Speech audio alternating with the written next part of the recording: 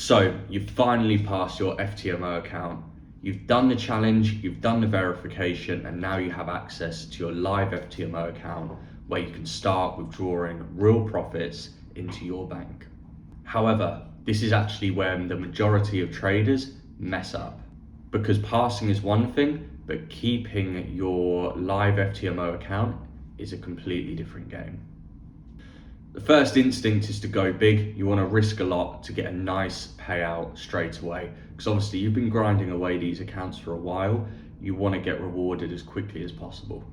However, this is the fastest way to blow your FTMO account and not get your refund or a withdrawal at all. So when I passed my first 100k FTMO account, what I did, I got the account up to around $4,000 to $5,000 within around 5 days.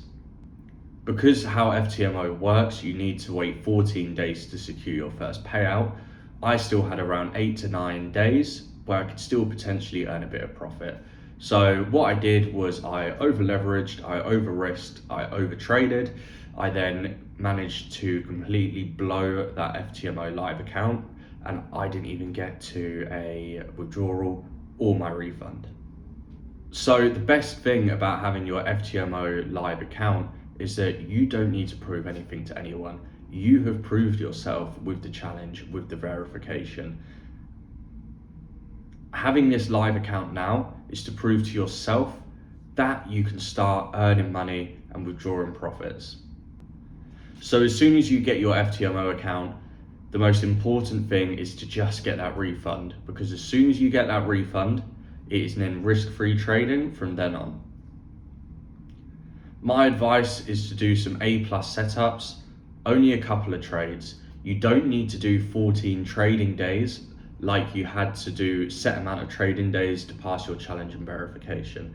It is just 14 days from the start of your first trade on that live account. So in my opinion, just do 1 or 2 trades and just get to that refund moment where it's around $550 plus a small bit of profit that you made.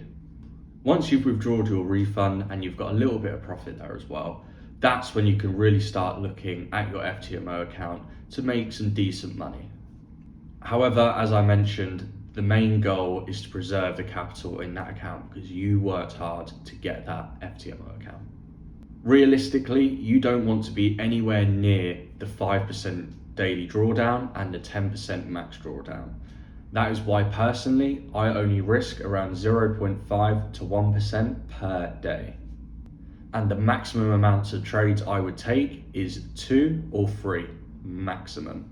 And what you don't want to be doing, you don't want to be trading these huge $10,000, $20,000 trades on your account. You want to be doing small, low risk, A+ setup trades. There is no point rushing through to get as much money as possible into your bank account, because the more you do this, the more risk you're putting yourself and your account at, and the easier it will be to blow your FTMO account and you will have to start again. So imagine you may have a 1 to 2 risk to reward on your trades as an average, and you have an average win rate of 50%. Now each month there's 20 trading days. If you have a 50% win rate, you're winning on 10 of those days. And at a 1 to 2 risk to reward at the end of the month, you are making $10,000. When trading these accounts, you really need to have a long-term vision and just keeping the account alive as long as possible. So what I like to do is, once I first got my FTMO account, I want to get the first refund and a small bit of profit. Then the next 2 weeks, I want to be working on what I call a buffer. The buffer, essentially, I like to be around $1,000 to $2,000. I will always keep this amount of money in the FTMO account. This then gives me a max drawdown of 12% and not 10. And it really helps with your psychology when you're always, or hopefully always, above that 100k mark. Because what I found personally is when that 100k account dips below into the 90s, because it's gone from 6 figures now to 5, it does affect you mentally, and it wants to make you overtrade and over leverage to get back into that 6-figure range. And my best advice as well is if you have a very good trading day or a very good few trading days where you're happy with that amount, that was your target for the month, for the 2 weeks, don't trade anymore and just wait for your withdrawal date. There is no point risking those profits and over leveraging and over trading. So when you first start getting your withdrawals, it feels really good as well. So the best advice I have is to make what you're happy with and leave it as that until you can withdraw the profits. So treat FTMO like you're looking after someone else's money. That is my best advice. It's not your money, you're looking after someone else's money. Treat it as a business. Treat it as you're a wealth manager. So if you were trading someone else's money, would you overtrade? Would you over leverage? Would you revenge trade? Most of you would say no, because quite simply, you don't want to be in that position where you have to tell your client that you've lost their money. Treat FTMO as the same. What I like to do as well to help me trade these FTMO accounts is have a very, very good routine and stay disciplined within that routine. So where I live in Dubai, London session starts at midday and New York session starts at 4:30. This helps me get a good morning routine in where I can go to the gym, go for a run, clear my brain before I start trading these accounts.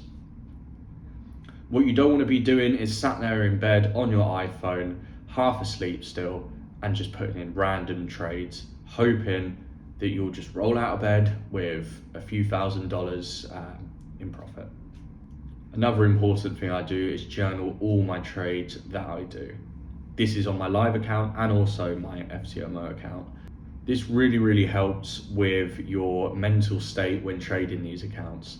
You want to note down everything you're doing, every wrong you do, every right you do. So then after a few weeks of trading, you can look through this journal and just pick apart what you did wrong and what you need to improve on, because every day it might be a different thing. You can then put these together and work on improving. So passing your challenge and verification is step one, but getting your FTMO account, keeping your FTMO account, and withdrawing profits to help you get financial freedom is a whole nother challenge. So I'm documenting my own journey on trading FTMO accounts, plus my live account as well. So today is only my second day of becoming a full-time trader. Yesterday, I quit my job. So if you want to see the ups and downs of what actually goes on with trading and not just a flashy lifestyle, please feel free to subscribe. I've also put my Instagram down there as well. And if you guys have any questions or something that I may have missed on this video, because as I said, it's still only my second video on YouTube, put it in the comments and I can do a video explaining all the other bits that I might have missed in this video.